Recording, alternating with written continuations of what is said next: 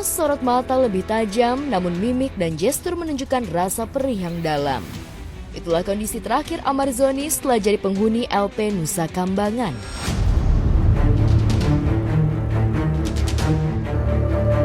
Amar dikabarkan ditempatkan di dalam sel khusus sempit nan gelap dan di sebuah pulau nan jauh di sana.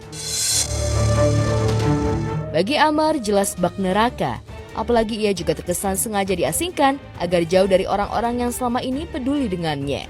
Buktinya ketika harus menjalani sidang perdana kasus narkobanya yang keempat yang digelar Kamis kemarin di Pengadilan Negeri Jakarta Pusat, Amar hanya bisa mengikutinya secara daring. Disinilah kuasa hukum Amar memprotes keras majelis hakim. Amar Zoni mendapat diskriminasi secara hukum. Dulu teroris ditahan Nusa Kambangan loh. Habisnya sidang di Jakarta. Kenapa kok untuk Amar kok dipersulit untuk disidangkan dihadirkan sini? Apalagi kan untuk membenahi lapas-lapas juga kan. Apa yang terjadi dia mau buka-bukaan. Kenapa kok harus dipersulit?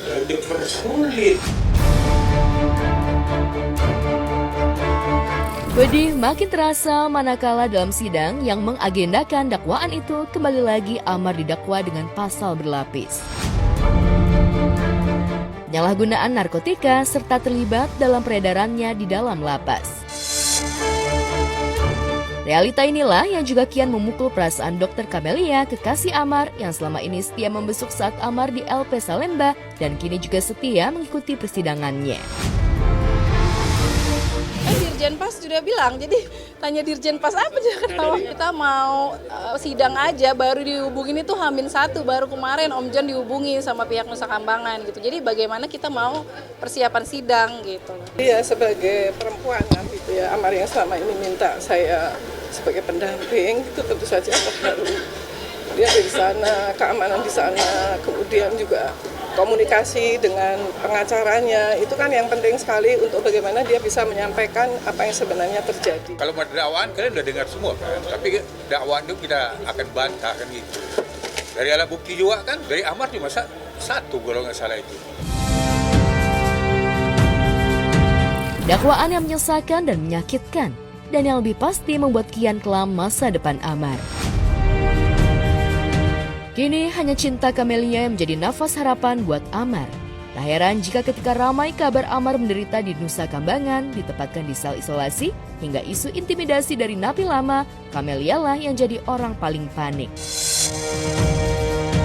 Oh iya bilangnya kayak gitu, tapi ternyata enggak, Bang Amar sehat-sehat aja. Biasalah, mungkin petugas para napi kali yang udah nomorku udah kesebar kali ya. Jadi banyak banget emang yang WhatsApp aku dengan ancaman-ancaman gitulah.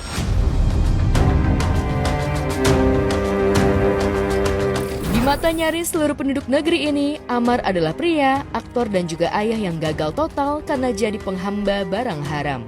Namun Camelia melihatnya dengan mata yang lain.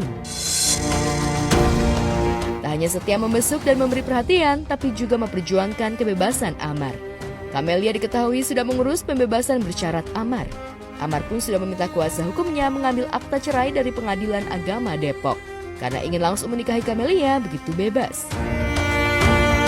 Andai tidak tertangkap lagi, Amar bisa bebas bersyarat akhir tahun ini. Januari baru ngajuin PB. Karena kan udah nggak dapat remisi. Awalnya kalau dapat remisi Desember bebasnya. Cuman kan karena nggak dapat remisi gara-gara kasus kemarin Liter F, jadinya Januari baru bisa ngajuin eksepsi apa lagi tuh kata Om John, asimilasi atau apa gitu lah.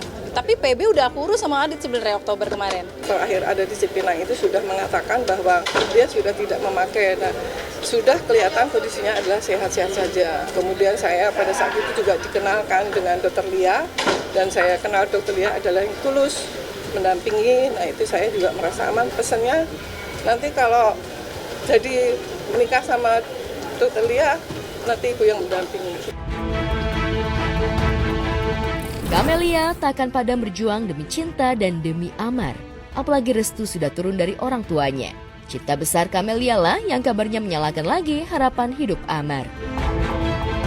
Mungkin emang Bang Amarnya udah ngomong Ustadz Dery mau nikah, cuman sayanya nantilah urus ini dulu gitu. Kenapa dong harus urus dulu? Ya ini selesai dulu baru kita fokus untuk kedepannya gitu. Sekarang yang penting sidangnya dulu ya, oke ya?